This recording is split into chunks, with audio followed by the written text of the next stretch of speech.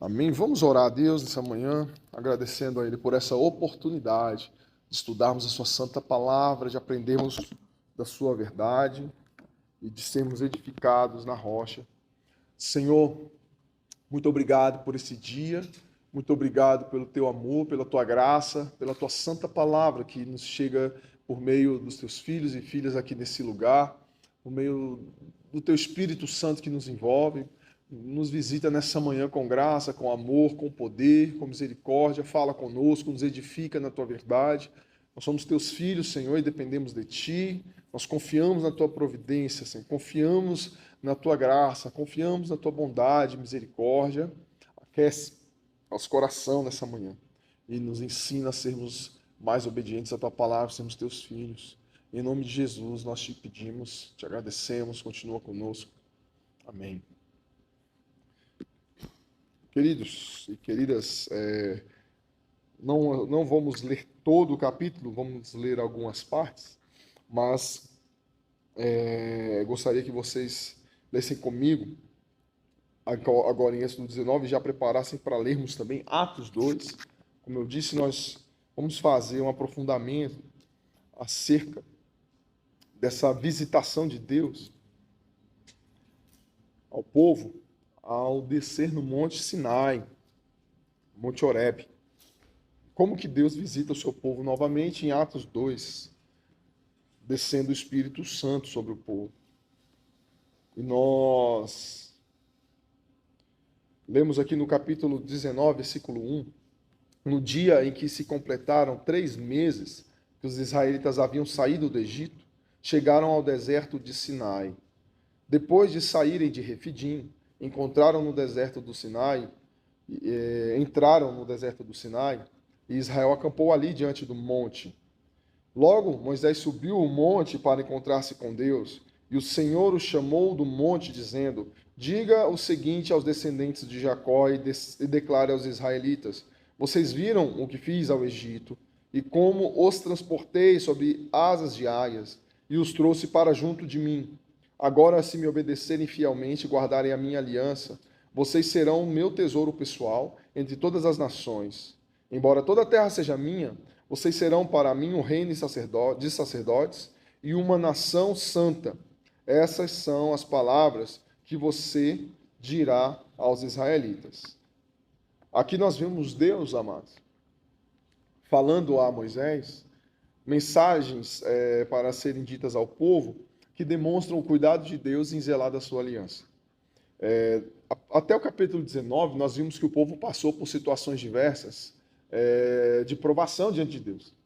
Então, quando Deus tira o povo do Egito, e há um trecho aqui que fala sobre como ele fez isso: eu tirei vocês do Egito, né, derrotando o Egito, e transportei vocês sobre as asas das águias. E aí, Hugo, você vai pegar a referência, essa é a referência de onde o Tolkien tira a cena lá do Hobbit, né?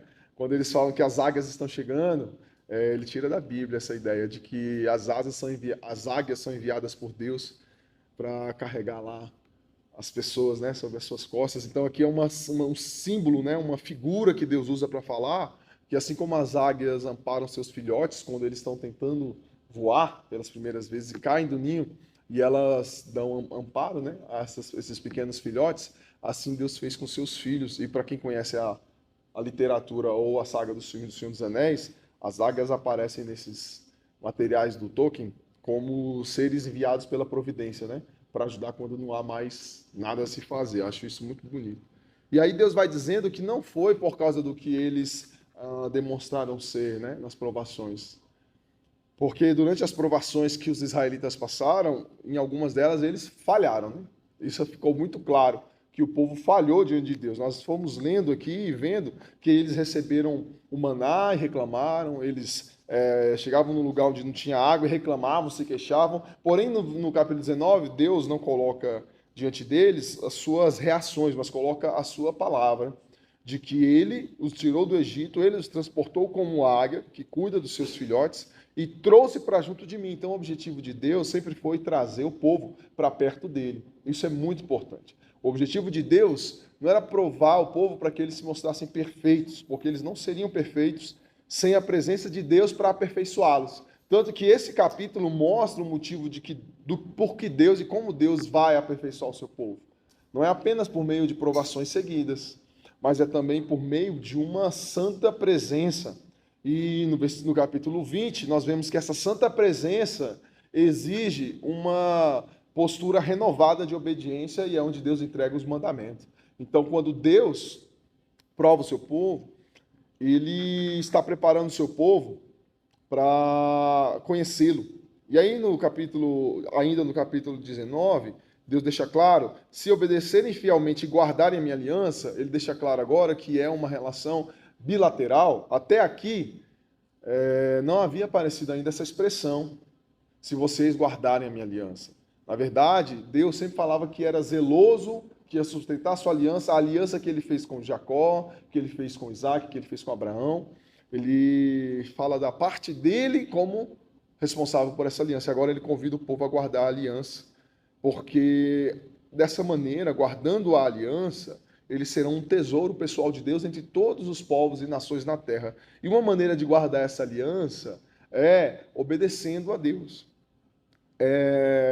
Como que a gente sabe que é obedecendo a Deus? Porque esse capítulo está introduzindo a apresentação de Deus não só a Moisés, mas ao povo. Essa é a primeira vez que Deus vai se manifestar diante do povo de uma forma tão poderosa. Nós sabemos que o Senhor se manifestou e acompanhou o povo na nuvem, acompanhou o povo na coluna de fogo, durante sua peregrinação no deserto, mas aqui o povo ainda não tem o tabernáculo, né?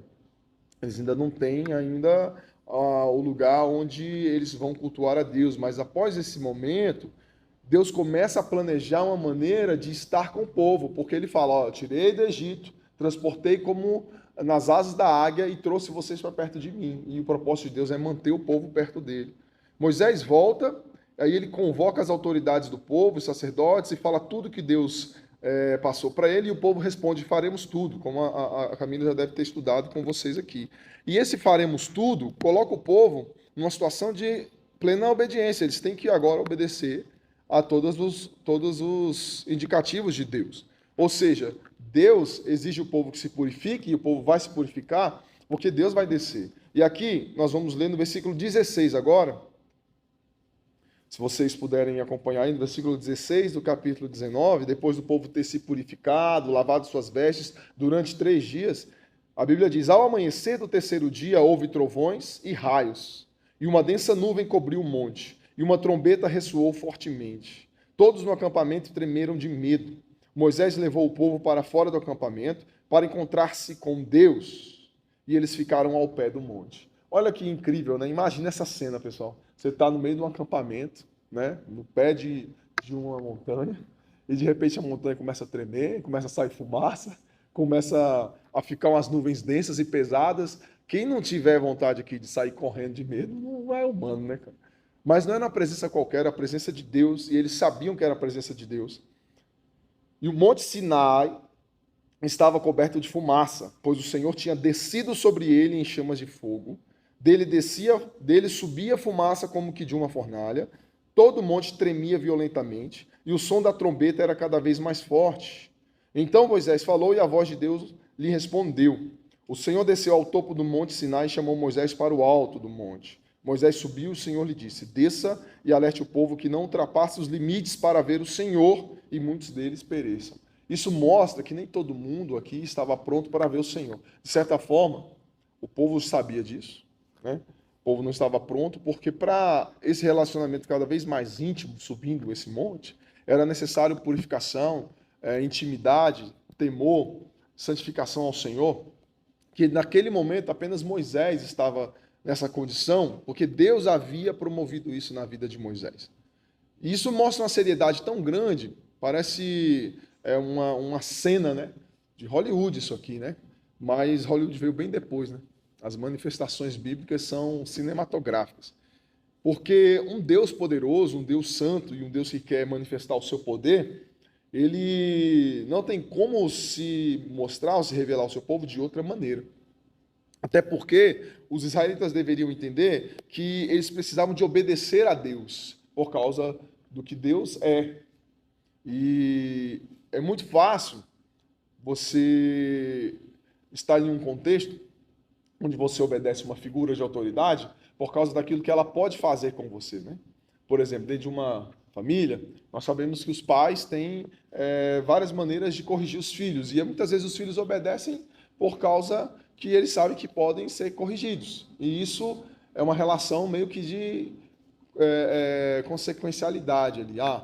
Eu trabalho vamos supor que eu trabalho num setor militar, num órgão militar. Eu sei que se eu chegar atrasado, ainda bem que eu não sou militar, deveria talvez, se eu não engraxar minha bota e chegar lá com o pé sujo, eu vou preso. Olha que coisa divertida. Ou seja, eu obedeço não é porque eu sei quem é o exército, ele tem alguma coisa superior e maravilhosa em si mesmo. É que o exército pode acabar com minha raça, né? Então, eu tenho primo que já ficou preso no exército. Fazer coisa, inclusive, na vida civil dele. E você vê que há obediência no mundo dos homens, entre os reis e os militares e os patrões e os chefes, é assim, né? Você me desobedece, eu te mando embora. Mas a relação que Deus queria estabelecer com o seu povo, e ele ainda quer, não é essa relação, eu vou obedecer a Deus, senão ele vai me mandar para o inferno. Não é essa relação que Deus cria para o seu povo. É uma realidade que nós perecemos por causa da desobediência a Deus? Mas é incrível a gente pensar que a desobediência a Deus, ela não implica numa vingança pessoal de Deus contra nós. A desobediência a Deus, ela gera a morte naturalmente. Ela automaticamente nos mata. É porque Deus cria uma realidade, Deus cria a natureza, Deus cria um universo em que só existe uma lei, que é a lei da obediência, é a lei da ordem, é a lei da vida. E Deus ainda diz assim, olha, Adão, Eva, o dia que vocês quiserem sair da lei da ordem, da lei da vida, da lei da obediência, existe uma cláusula no contrato, vocês podem quebrar, é só comer dessa fruta. Mas eu digo, não comam, porque o dia que vocês comerem, vocês morrerão. Não será nem mesmo eu que vou lá e vou acabar com a vida de vocês. Vocês morrerão, porque isso é uma forma de não vida. Não há vida fora da obediência. É uma consequência orgânica e natural da desobediência à morte. E aí, quando Deus começa a exigir do povo essa aproximação de Deus, ele fala assim, olha, Moisés, fala para ninguém pisar no monte, subir além dos limites, que eles não estão em condições. Se subir, eles vão ser mortos, eles vão morrer. Que é uma maneira cruel, talvez, para nosso pensamento moderno, mas é uma maneira firme e objetiva de Deus dizer, desobediência mata em todos os contextos. E nós somos adultos o suficiente, as crianças ainda vão aprender isso, que a desobediência ela vai tirando vida. Às vezes ela não mata ali na hora, né? Mas você vê que a vida ficou um pouco mais sem sabor, ficou desgostoso. Porque aquilo que era alegria, com a desobediência, vira tristeza. Aquilo que era prazer, com a desobediência, vira desgosto. Aquilo que era comunhão, com a desobediência, vira inimizade. E às vezes um casal, né, de adultos não precisa de obedecer um ao outro. Mas um casal obedece uma lei, uma regra, que é a regra do matrimônio. E a regra do matrimônio, muitas vezes, ela é tácita, ela é invisível, mas nós sabemos o que devemos fazer em relação ao nosso cônjuge, em amor, para que a gente mantenha a vida daquela relação. E quando a gente desobedece essa regra meio que invisível, porque no dia do meu casamento, Rodrigo não falou 1000 regras que o casal tem que seguir, né? Ele só deu um sermão muito bonito e falou que Deus una vocês agora, que o Espírito Santo os ajude. E a gente vive esse tipo de experiência constantemente. Ele falou algumas, mas nunca é suficiente, né? Ainda mais para quem é humano, nunca é suficiente. Mas então, irmãos, a condição da presença de Deus entre nós está em obedecer às suas leis. E assim, por meio da obediência, nós nos tornamos sacerdotes, porque Deus fala isso aqui no texto, né? Que ele quer fazer do seu povo um reino de sacerdotes. Então aqui nós lemos aqui no versículo 20, né? O Senhor desceu ao topo do monte Sinai, chamou Moisés para o alto do monte. Moisés subiu, o Senhor disse, desça e alerte o povo para que não ultrapasse os limites para ver o Senhor, e muitos deles pereçam. Mesmo os sacerdotes que se aproximarem devem consagrar-se, senão o Senhor os fulminará. Moisés disse ao Senhor, o povo não pode subir ao monte Sinai, pois tu mesmo nos avisaste, estabeleça um limite em torno do monte e declare-o santo. Até hoje o povo acha que o monte é santo. O monte foi santo, pessoal, enquanto Deus desceu. Deus subiu, acabou. É um monte de terra e pedra, né? Mas hoje, inclusive na Península do Sinai, que fica no Egito, existem tantos montes que até hoje é difícil dizer qual é de fato o Monte Sinai. Existe uma convenção de que é um monte específico, tanto que existem peregrinações nesse monte, tem um arbusto lá que eles dizem que é a sarça ardente. Você vê a necessidade do ser humano de se apegar ao ícone, né? Ao lugar que Deus esteve, mas de não viver exatamente a palavra do que Deus disse. É muito mais fácil eu subir o Monte Sinai, pagar, sei lá, quanto é que é a caravana, deve ser uns 15, 20 mil reais, vou no Monte Sinai, pego uma folhinha lá da sarça, vou lá na igreja eu esqueci o nome, gente, tem uma igrejinha e tudo lá, subo, sinto a energia, que tem gente que gosta, né, de usar essa expressão, a energia do lugar, e volto mais crente. Vocês acham que isso é verdade? Eu acho que nessa igreja a gente não tem muito espaço, né, gente, para esse misticismo, né? A gente não apoia nem os signos, quanto mais essas coisas. Mas aí você pensa, o tanto de gente que compra essa ilusão.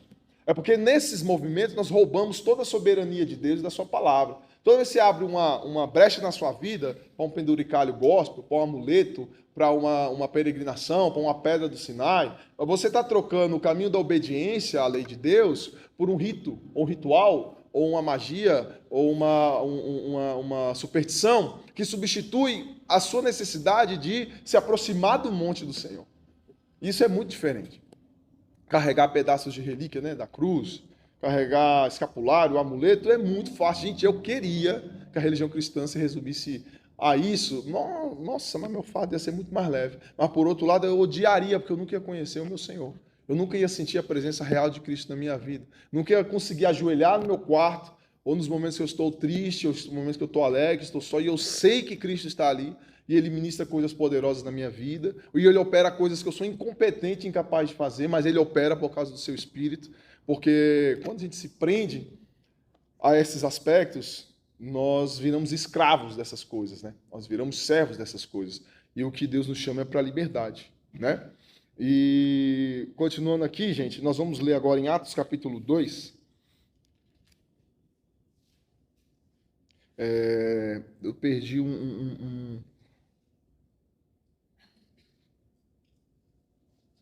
lembrei, é assim mesmo. Atos capítulo 2. Quando o Espírito Santo, todo mundo conhece esse texto, ele desce sobre o povo reunido no cenáculo. E o contraste com o Êxodo 19 é grande, porque não é mais um monte, é um cenáculo ou um só lugar, um quarto, uma casa, enfim, aqui não fala se era em cima ou embaixo, mas a questão é, o Espírito de Deus, ou a presença de Deus, ela se manifesta nos dois lugares, nas duas cenas, onde o povo está reunido. Olha que maravilha. Nós tínhamos um acampamento dos israelitas, agora nós temos o povo reunido. Vamos ler? Atos capítulo 2, versículo 1 diz: Chegando o dia de Pentecoste, estavam todos reunidos num só lugar. De repente veio do céu um som como de um vento muito forte, e encheu toda a casa na qual estavam assentados. E viram que parecia línguas de fogo, que se separaram e pousaram sobre cada um deles. Todos ficaram cheios do Espírito Santo e começaram a falar noutras línguas, conforme o Espírito os capacitava. Havia em Jerusalém judeus, devotos a Deus, vindo de todas as nações do mundo. Olha só, não é mais só um povo que saiu do Egito, né, só os israelitas no acampamento, mas judeus de todas as nações do mundo, porque os judeus estavam espalhados, né? Ouvindo-se o som, ajuntou-se uma multidão que ficou perplexa, pois cada um os ouvia falar na sua própria língua. Atônitos e maravilhados, eles perguntavam: acaso não são galileus todos esses homens que estão falando? Então, como os ouvimos cada um de nós em nossa própria língua materna? Partos, medos, elamitas, habitantes da Mesopotâmia, Judéia, Capadócia, do Ponto e da província da Ásia, Frígia e Panfilha, Egito e das partes da Líbia próximas a Cirene, visitantes vindo de Roma, tanto judeus como convertidos ao judaísmo, cretenses e árabes, nós os ouvimos declarar as maravilhas de Deus em nossa própria língua. Vocês lembram que lá no capítulo 19 de Êxodo, Deus fala com Moisés e Moisés fala ao povo. Moisés, ele é o profeta, ele ali trabalha como um mediador, né, um sacerdote entre Deus e os homens. Mas aqui Deus fala a todos.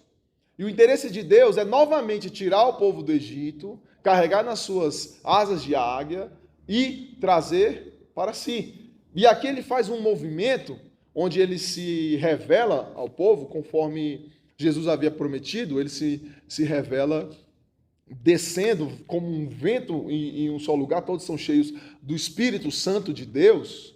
E é aqui que nós entendemos que o interesse de Deus é de trazer todos para si. Deus desce como Deus poderoso, Deus Pai, naquele monte, e Deus desce como Deus Espírito Santo, e é Deus em todas as cenas, em todos os conceitos, em todos os contextos, perdão, e ele tem tanto interesse em trazer as pessoas para perto dele, que agora ele não tem só um Moisés, ele tem vários homens e várias mulheres que estão sendo seus sacerdotes. Como é que faz para ser um sacerdote de Deus? Nós acabamos de ler lá em Êxodo 19, olha, se me obedecerem fielmente e guardarem a minha aliança, vocês serão o quê? Meu tesouro pessoal, entre todas as nações. Não é mais só, agora nesse capítulo 2, somente o povo de Israel. Embora toda a terra seja minha, vocês serão para mim um reino de sacerdotes. Não é mais só Moisés. Uma nação santa. E aí quando o povo aqui começa a ser usado por Deus, não é mais só um homem e uma mulher. São várias pessoas falando em várias línguas as maravilhas de Deus. Não é mais só Moisés. E é Deus realizando a sua promessa para que cumpra-se a sua vontade, que é trazer a humanidade para si.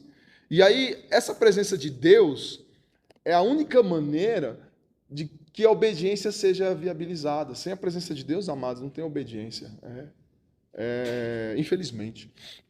Existe uma possibilidade de que a cultura e a sociedade caminhem para um lugar de mais conhecimento, esclarecimento, e isso nós chamamos de graça comum, em alguns círculos aí teológicos. Outros dizem que é o Espírito Santo por si só, que vai conduzindo o mundo a um estado de sobrevivência por meio de ações de graça de Deus, de consolidação das leis de Deus no mundo. Mas esse não é um movimento ininterrupto e que uma hora o mundo vai chegar a se tornar um paraíso. Porque a nossa mente, a nossa consciência, ela é limitada. Como a gente viu lá no monte, não dá para transpor o limite, porque nós não somos capazes de nos aproximar de Deus, do topo da montanha, por esforço. Vocês entendem? Então, a sociedade hoje considera a escravidão um crime, ainda bem, né, gente? Só que não tem tanto tempo assim, né? Tem 140 anos aí, se eu não me engano. Se não fosse por muita pressão da Inglaterra e questões econômicas e políticas envolvidas, talvez a gente ainda teria resquícios disso mais forte, né? A gente considera hoje um homem colocar os seus filhos, sua mulher, para fora, antigamente eram suas mulheres, né? E colocar na rua, como em Roma, muitos faziam, colocar seus filhos enfileirados para as pessoas levarem.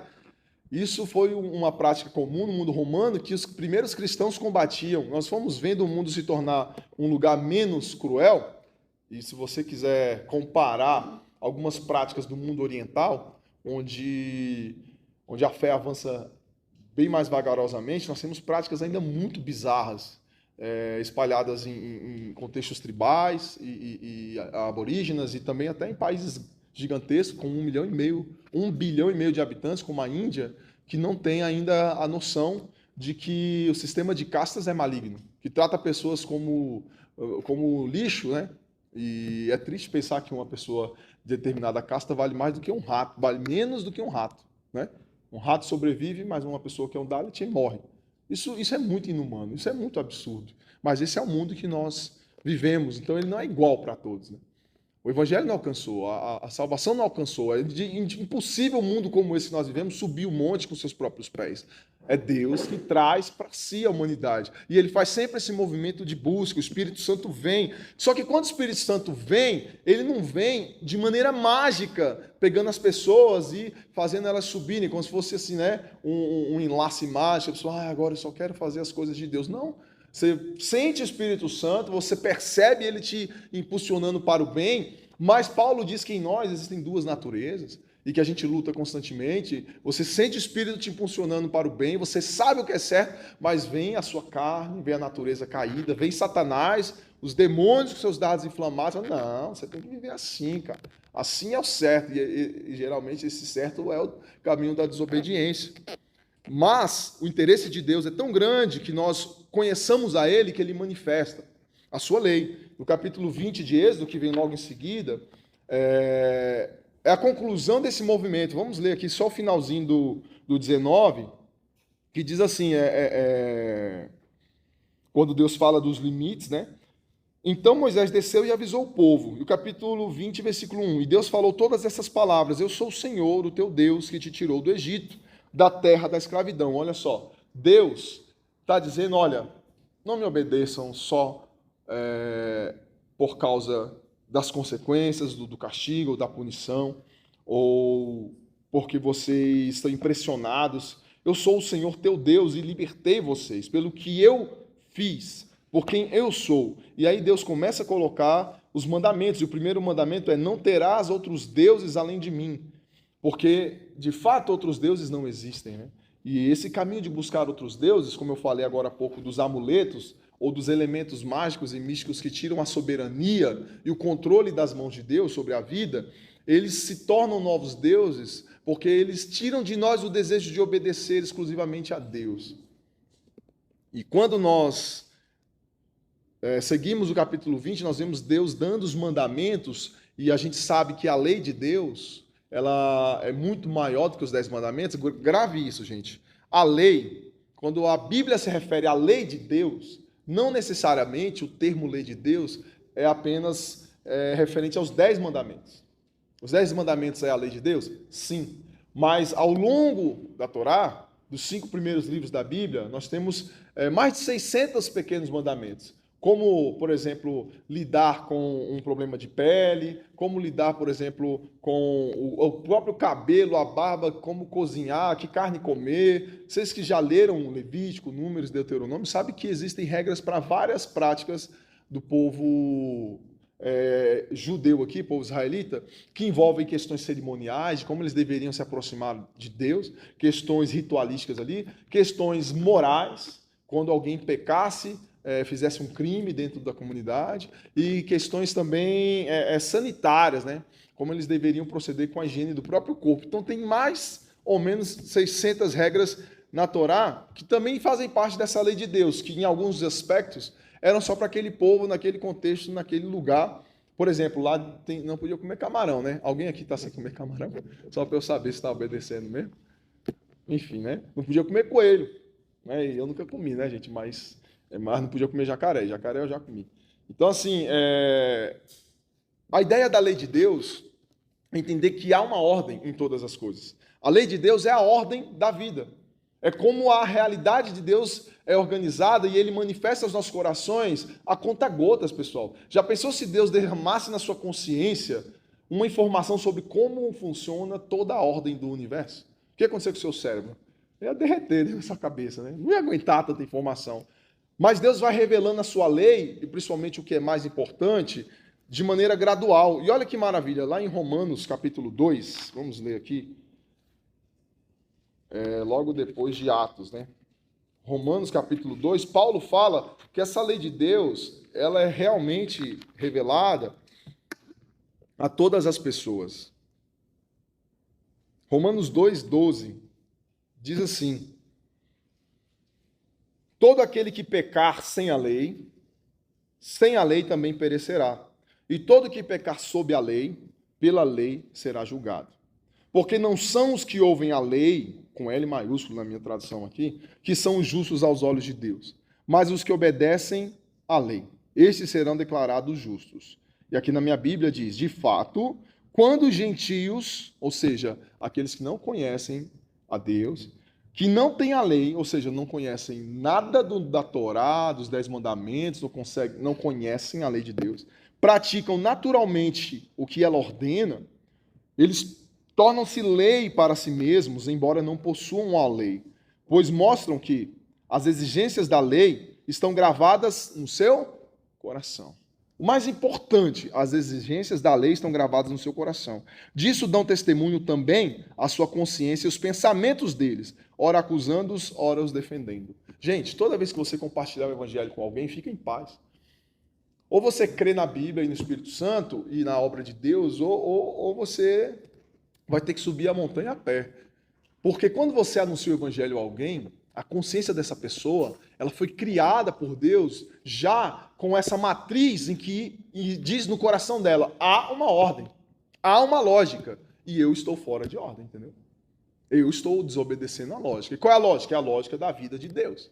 Eu estou desobedecendo. E a consciência dela vai martelar isso até ela tomar uma de duas decisões. Ou ela vai lidar com essa acusação e vai buscar salvação, redenção, perdão. E olha, gente, isso não acaba porque a gente vai para os braços do Pai. Isso continua nos perseguindo enquanto nós somos carne. Ou a segunda decisão é fugir desse lugar, né? Ou dessas pessoas que colocam a consciência em crise, e ela vai buscar lugares de acomodação, onde a lei está invertida.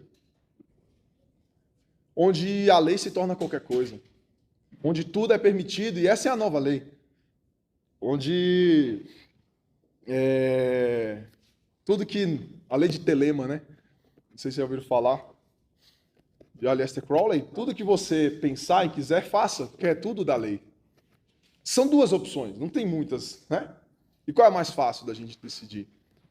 E aí, quando o Paulo fala que a lei está nos corações, é sinal de que Deus vai revelando a lei ali no Êxodo, só que ele vai revelando em detalhes pormenorizados por causa dos contextos. Então, o contexto daquele povo ali no deserto exigia leis pormenorizadas, porque aquele povo estava o tempo todo querendo se matar, o tempo todo querendo brigar. Vocês viram no capítulo 18 aí com o Gustavo, que o povo fazia fila de sei lá quantas milhares de pessoas, porque devia ser um quebrou a panela do outro, um bateu na filha do outro e roubou o cachorro. Imagina um povo desse sem lei, né? E aí o nosso contexto exige também a compreensão de que há leis para nós. Só que assim, a lei de Deus, ela vem ser gravada no nosso coração. E o Espírito Santo, quando vem ali em Atos 2, ele vem dar essa dinâmica, esse dinamismo para compreender que a lei é operada por novas maneiras, como a comunhão com os irmãos. Quando nós estamos em comunidade, que foi como aquele povo ali estava, nós começamos a entender a lei de uma nova maneira, porque nós, às vezes, lidamos com uma pessoa que já foi provada muitas vezes na questão financeira, né, ou na questão familiar, e a gente vê que aquela pessoa anda de forma idônea, forma prudente, forma obediente, e a gente fala, caraca, nessa área da vida existe ordem na vida dessa pessoa, e na minha vida tem bagunça. E é assim que o Espírito Santo vai ministrando, fala, cara, eu preciso de aprender a ter mais ordem nas minhas finanças, na minha família, ou nas minhas emoções. Poxa, essa pessoa aqui é uma pessoa mais contida, essa pessoa aqui se controla, tem domínio próprio, ela pratica a castidade, vou usar termos mais genéricos pela faixa etária, e aí eu preciso de aprender sobre isso, porque eu sou um vulcão descontrolado. E eu nunca li na Bíblia especificamente sobre o meu caso, mas eu vejo que existe uma lei e eu estou desobedecendo. E nós não temos como, irmãos, decorar todas as milhares de leis que nós podemos infringir e desobedecer a Deus. Mas de uma forma milagrosa, Deus usa a Escritura, pelo menos quando a gente abre e a gente medita, ele usa a Escritura para nos lembrar o que é a lei. E ele usa as pessoas. É mais fácil você obedecer quando você tem pessoas ao seu redor que te recordam o que é a obediência da lei. Recordam não só falando, né, mas vivendo a vida dela. Você olha para a vida de uma pessoa e a vida dessa pessoa mostra a ordem, mostra a obediência. E você fala, cara, eu não tenho essa ordem, eu não tenho essa obediência. E aquele irmão também, aquela irmã, poxa, isso aqui acaba comigo, me constrange. É igual o tio da City, qual é o nome dele? Paulinho? Pronto. Aí pronto, esse tipo de obediência, então, de trabalhar sorrindo, de manhã até de tarde, e vem alguém querendo tomar o lixador do meu braço, eu continuo. Esse tipo de obediência eu tô longe, irmãos. Eu preciso de muito Espírito Santo e de muito sim, né? Porque o Espírito Santo é um só e a medida é a mesma. É a minha consciência e o meu aporte social, cultural, que me cria outras possibilidades de enxergar a vida. Eu falo, não vou me desgastar, né? Isso aqui é o trabalho para... né? A gente vai criando muralhas, fortalezas e barreiras para interpretar a realidade e a gente vai perdendo a capacidade de ser sensível ao Espírito Santo. E muita gente acha assim, não, eu recebi o Espírito Santo, minha vida está em dias, porque eu estou obedecendo. Não, cara, não é simples assim. Nós somos seres muito complexos. Por isso que quando Deus visita o povo, ele visita uma vez só e dá uma lei extensa, mas ele coloca sacerdotes para fazer sacrifício toda hora, porque como eu falei, A desobediência, ela produz a morte organicamente, porque realmente ela estraga, a desobediência estraga qualquer experiência, e Deus fala, olha, agora alguma coisa vai ter que mostrar para vocês a consequência e aos pequenos sacrifícios dos animaizinhos, né? E hoje não, o Espírito Santo, ele está todo dia. Todo dia. E graças a Deus o Espírito Santo não é uma força, né? O Espírito Santo não é Star Wars. É a revelação de Deus, que estava lá no Êxodo. Pelo menos é como Jesus falou que seria. E é uma pessoa interessadíssima em nos ajudar a cumprir a lei. Não a lei massacrante e a lei opressora, mas a lei que gera vida e que gera ordem e que tira do caos a autoridade que ele tem sobre a nossa existência. E essa lei de Deus não é um totem que nós reverenciamos de forma externa ao nosso corpo. A lei de Deus são princípios eternos que devem ser gravados no nosso coração. Porque depois que é gravado no coração, vai se tornando uma prática natural, né? Como acordar, como respirar, como beber água, como brincar, sorrir, como outras coisas naturais que a gente faz, que eu já não vou citar, porque estão gravadas no nosso coração. E aí nós precisamos de entender que essa lei gravada no coração não significa que ela será acessada imediatamente, porque o nosso coração é enganoso, nosso coração ele é duvidoso, ele ama as pessoas ao nosso redor. Nós amamos, né, as pessoas que dizemos que amamos, mas quantas vezes nós nos pegamos fazendo coisas que agridem esse amor que nós declaramos às pessoas que nós amamos, né? Quantas vezes nós estamos em situação de raiva, de ira, com as pessoas que dizemos que amamos, ou em situação de cobiça, de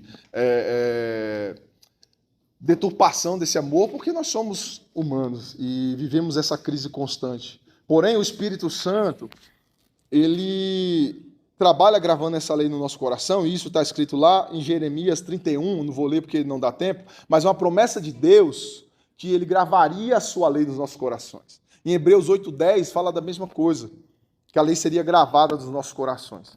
Em 2 Coríntios 3, capítulo 3, versículo 2, diz que não só a lei seria gravada, mas que nós nos tornaríamos cartas vivas, ou seja, não são duas tábuas de pedra novamente, né? Inclusive, a lei das tábuas de pedra não eram perfeitas. Tem gente que acha assim, Deus falou e aquelas leis lá, elas são opressoras e tal, porque vocês sabiam que aquilo era uma mitigação de danos, né? Porque se Deus fosse realmente falar o que ele deveria falar, o que ele gostaria de falar, gente, primeiro, vocês estão tudo errado, né?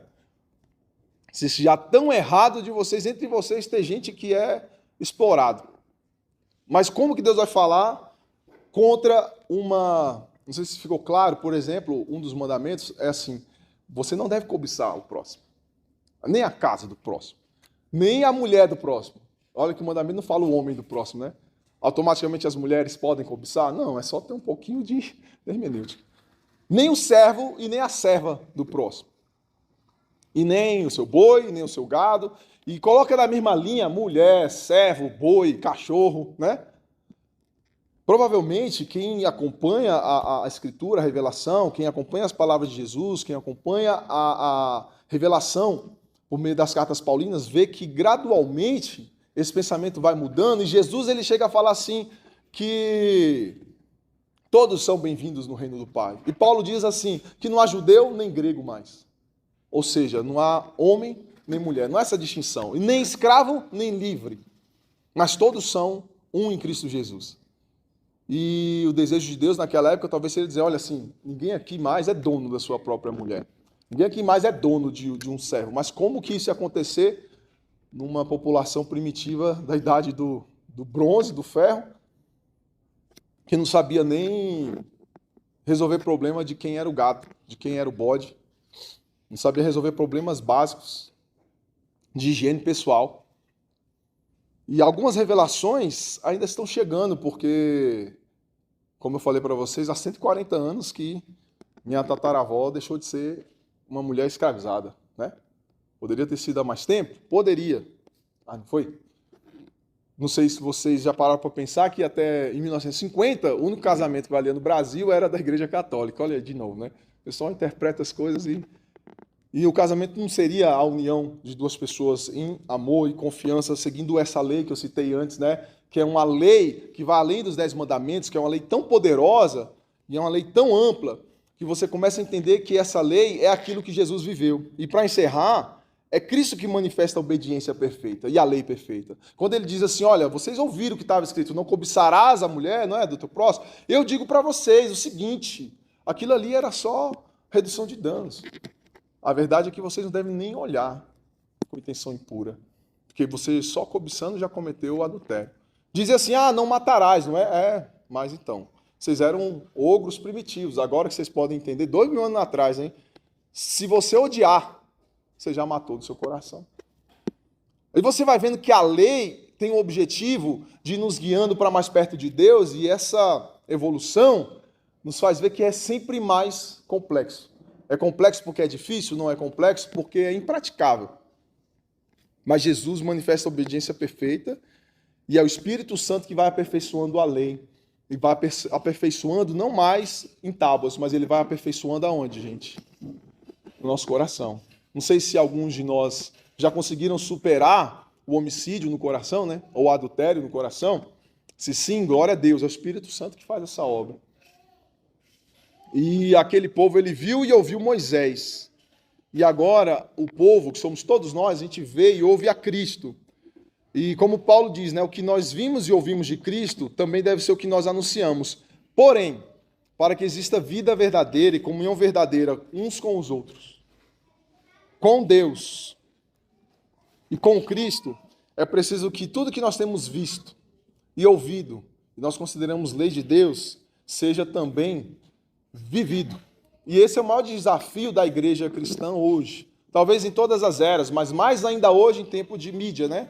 Em tempo de era da informação, viver o que nós temos ouvido, o que nós temos visto, ouvido aqui todas as manhãs. Nós temos visto Cristo na vida dos nossos irmãos. Você fala, não, eu não estou pronto ainda para fazer o que o Cristiano faz.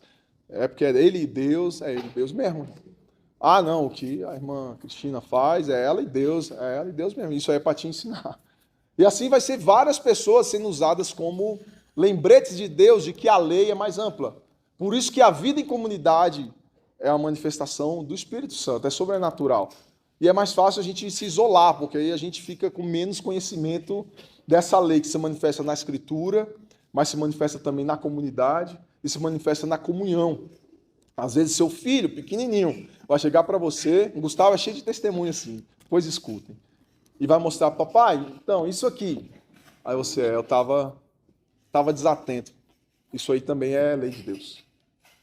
Aí chega uma pessoa do nada, bate na sua porta, e aí, beleza? E isso aqui? Aí você, eu não lembrava, não sabia, isso aí também é lei de Deus. E assim, só é possível reconhecer a lei de Deus se ela já está anteriormente gravada no coração. Que aí rola o reconhecimento, né? Mas se ela não está gravada, fala assim, mano, isso aí não diz nada para mim. A nossa resposta é uma de duas. Ou você reconhece aquilo que faz parte da ordem, ou você ignora porque você é regido, ou eu sou regido pelo caos. E às vezes é as duas coisas. É ordem e caos, e as coisas vão se misturando.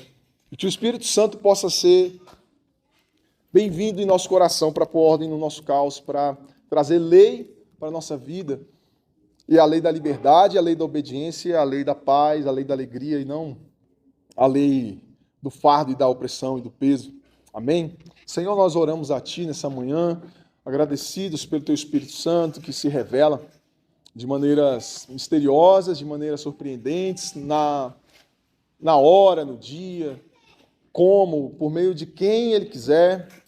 Nós sabemos que não há, Senhor, como agendar a Tua manifestação. Ali como no Sinai, Senhor, trouxe para Ti, para si mesmo, o povo, agora o Senhor tem trazido as pessoas para si. E o Senhor é paciente. Nós estamos aqui, Pai, muitas vezes resistindo e titubeando, mas acreditamos que é uma obra que vai além da nossa capacidade de compreensão, mas nós acreditamos que é uma obra de restauração da vida, da humanidade, restauração do Teu projeto original de plenitude, e que isso é viabilizado mediante a obediência das Tuas leis, Senhor. Nós sabemos que em todas as esferas humanas, Senhor, há problemas, em todas as experiências que vivemos há desordem, mas nós sabemos que em Ti a ordem nos ajuda a enxergar e a viver, que aquilo que nós colocarmos as mãos para fazer na nossa família, no nosso trabalho, nossa comunidade, nas nossas relações, nós possamos agir de uma maneira em que o Espírito Santo tenha liberdade para consertar, para trazer lei e ordem e trazer vida para tudo, que nós possamos aceitar a Tua visitação, a Tua presença e a Tua lei gravada em nossos corações, produzir frutos que manifestem a Tua presença, que manifestem a Tua graça. Obrigado nessa manhã, por cada vida que está aqui, pelo Teu amor e bondade, que nós possamos ser renovados em Cristo, possamos ser fortalecidos na fé e que Teu amor nos acompanhe, Senhor, em todos os dias da nossa vida, que nós possamos viver a Tua lei em obediência, em graça e misericórdia. É o que te pedimos, te agradecemos, em nome de Jesus. Amém.